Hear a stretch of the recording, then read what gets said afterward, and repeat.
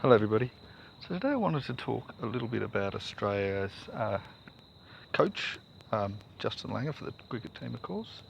Um, well, he's left. Now, a lot of people are saying, oh, he resigned. Uh, in sport, and I suppose in a lot of other things, people resign, but they haven't really resigned. And they have clarified exactly what happened, so we should be in no doubt at all.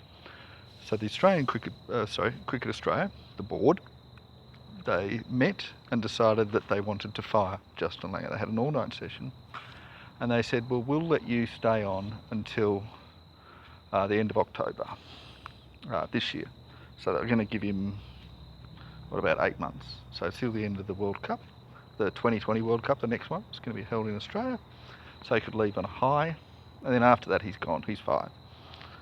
So he said, stuff you, I'm leaving right away, straight away, so not even going to Pakistan. That's what he said. So, and of course, that's the official statement, and realistically, he was probably actually asked to leave straight away. I mean, you can read between the lines a lot. This is how this sort of thing always plays out. They let people say they've resigned and they've really been fired. So that's quite a common thing. And in fact, if you look at the the 7 coaches that Australian cricket have had, we've only had 7. Because previously we had managers.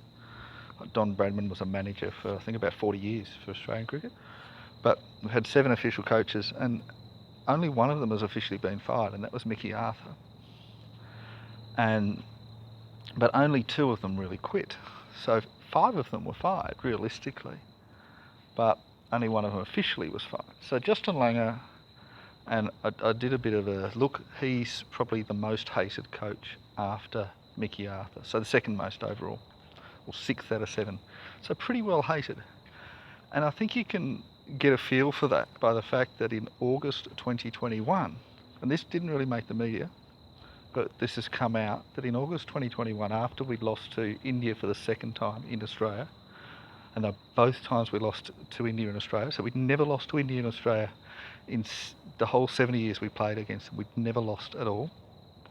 And then we lost twice in a row. Both times under Langer. Now the first time, fair enough, not our fault. Smith and Warner weren't playing. The second time, completely our fault.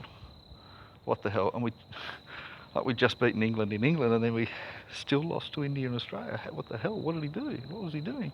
And this was not in the media. So it's only just come out now. And the whole players were so upset with his coaching that they demanded him to be sacked on the spot. And to mitigate that, what we did was that the 2 assistant coaches, Andrew McDonald and Michael Di Venuto, stepped up and effectively became the coach. So for the past 6 months, Langer hasn't been the actual coach. Everybody said he was the coach, but actually it's been McDonald and Di Venuto.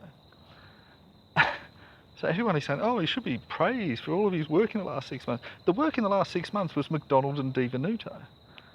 So what did we do in the last 6 months? We just won an Ashes series. That was McDonald and Di Venuto. It wasn't Langer.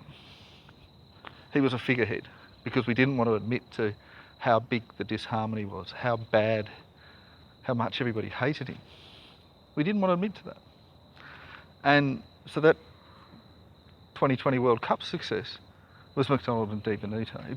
It wasn't, it had nothing to do with Langer. It was in spite of Langer. And Langer's role in the Ashes was in making sure that we had Marcus Harris for 4 tests in a row when he was awful. It was in making sure that Usman Khawaja didn't play. It was in the figurehead that went out there and said, oh, Afghanistan's women's team not playing, we can't play against Afghanistan. Doing all these things wrong. That was his role. And look, I know Langer, look, he's a lovely guy, he was a great figurehead, very honourable, and that's what people like. But I don't think he was a good fit for the coach of the Australian cricket team. And look, I don't hate him, I have no bad words for him, but he obviously wasn't a very good coach, at least not at the international level. And so now we've got the question of who's going to take over from him. Now, obviously, got a situation where we had Andrew McDonald and Michael Di Venuto were already the coaches, and they're now stepped up to be the interim coaches. In effect, officially it's Andrew McDonald as the coach. So that's the interim coach. And the question is whether he will be the permanent coach.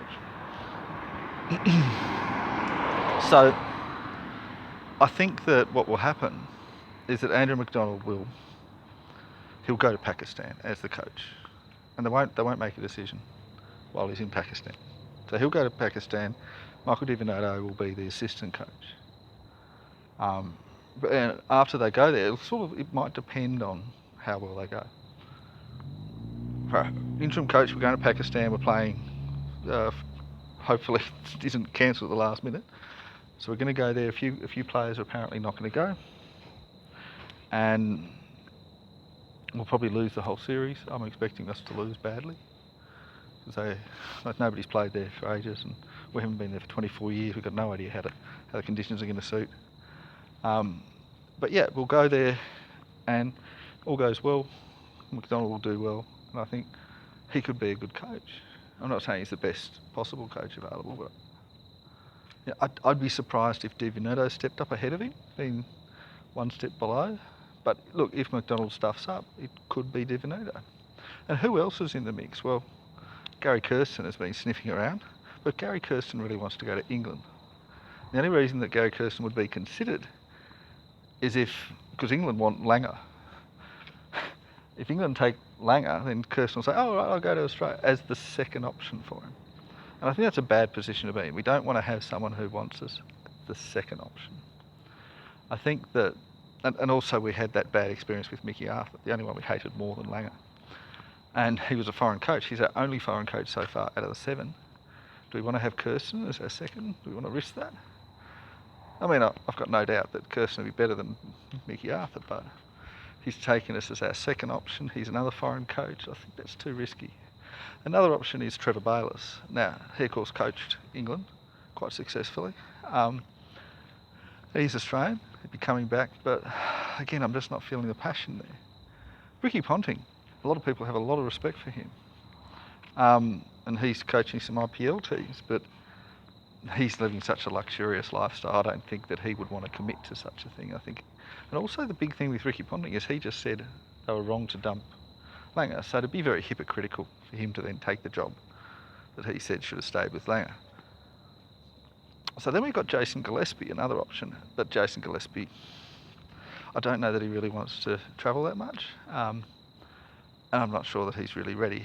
So really, I think at the moment it's going to be McDonald. And he's going to go there as the interim coach. And it'll really depend on how he goes as to whether he stays. If he does a good job, I think they might make him permanent. If he doesn't, it may well be that Michael Di Venuto is the other option. So that's my view on it. Anyway, that's it from me. Let me know what you think in the comments. Bye-bye.